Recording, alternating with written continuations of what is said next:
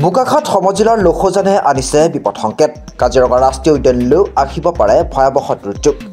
কাৰ্বি আংলঙৰ নামনিৰ পৰা কাজিৰঙা ৰাষ্ট্ৰীয় উদ্যান পৰ্যন্ত বিস্তীৰ্ণ গ্ৰামাঞ্চলৰ পোহনীয়া পশুধনলৈ আহিব পাৰে বিপৰ্যয়। বোকাখাটৰ লোকসজানত ভয়াৱহ ঘটনা। হঠাৎ কলা বৰণৰ তেলজাতীয় পদাৰ্থই বিষাক্ত কৰিছে জানটোৰ বুৱতী পানী। লোকসজানৰ সমীপৰে যোৱা খাৰুৱা তেলৰ পাইপ ফুটাৰ সন্দেহ স্থানীয় লোকৰ। কিছু বছৰ পূৰ্বে অইলৰ পাইপ ফুটি সৃষ্টি কৰিছিল ভয়াৱহ পৰিস্থিতিৰ। কাণ হাৰ নাই অইল আৰু সমজিলা প্ৰশাসনৰ। একাংশ লোকে বিভাগৰ জ্ঞাতাসাৰী চলি থকা বৃহৎ চুলাই মদৰ ভাটিয়ে অৱশিষ্ট জুলীয়া পদাৰ্থ নৈত পেলাই দিয়াৰো আশংকা কৰিছে। বিষাক্ত পানীত মৃত্যু হৈছে থলুৱা মাছ, বেং, সাপৰ। কৃষিজীৱী ৰাইজ বৰ্তমান শংকিত। গৰু ছাগলীও মৃত্যুমুখত পৰাৰ আশংকা বৃদ্ধি।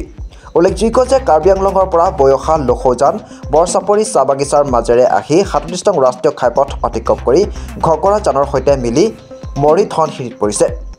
মৰি ধনশিৰি সংযোগ হৈছেগৈ ডিফলু নৈত। ডিফলু কাজিৰঙা ৰাষ্ট্ৰীয় উদ্যানৰ মাজেৰে প্ৰৱাহিত নৈ ব্ৰহ্মপুত্ৰত মিলিছেগৈ। সেয়েহে লখৌ নৈৰ বিষাক্ত পানীয়ে উদ্যানখনৰ সামগ্ৰিক সংকট কঢ়িয়াই অনাৰ আশংকা কৰা হৈছে। উদ্বিগ্ন হৈছে এতিয়া স্থানীয় লোক। বোকাখাটৰ পৰা বুবুল দত্তৰ reporter live Assam.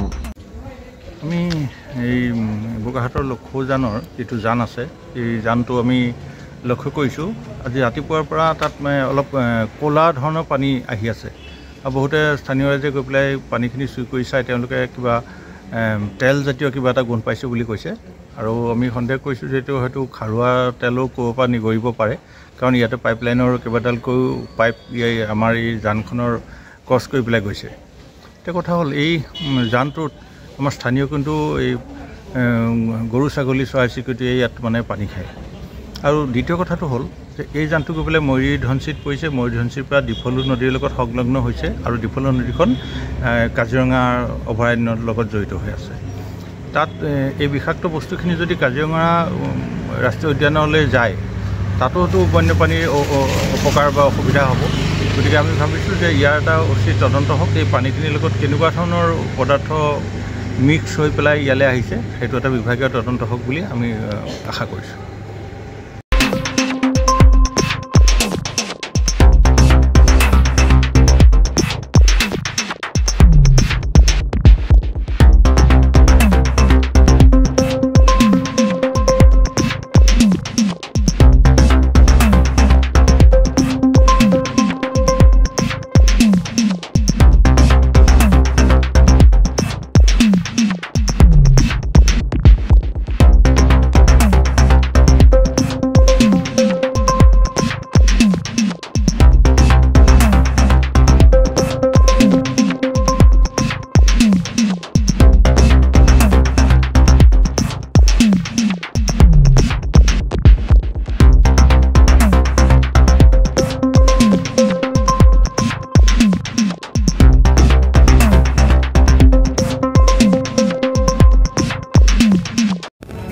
Reporter live.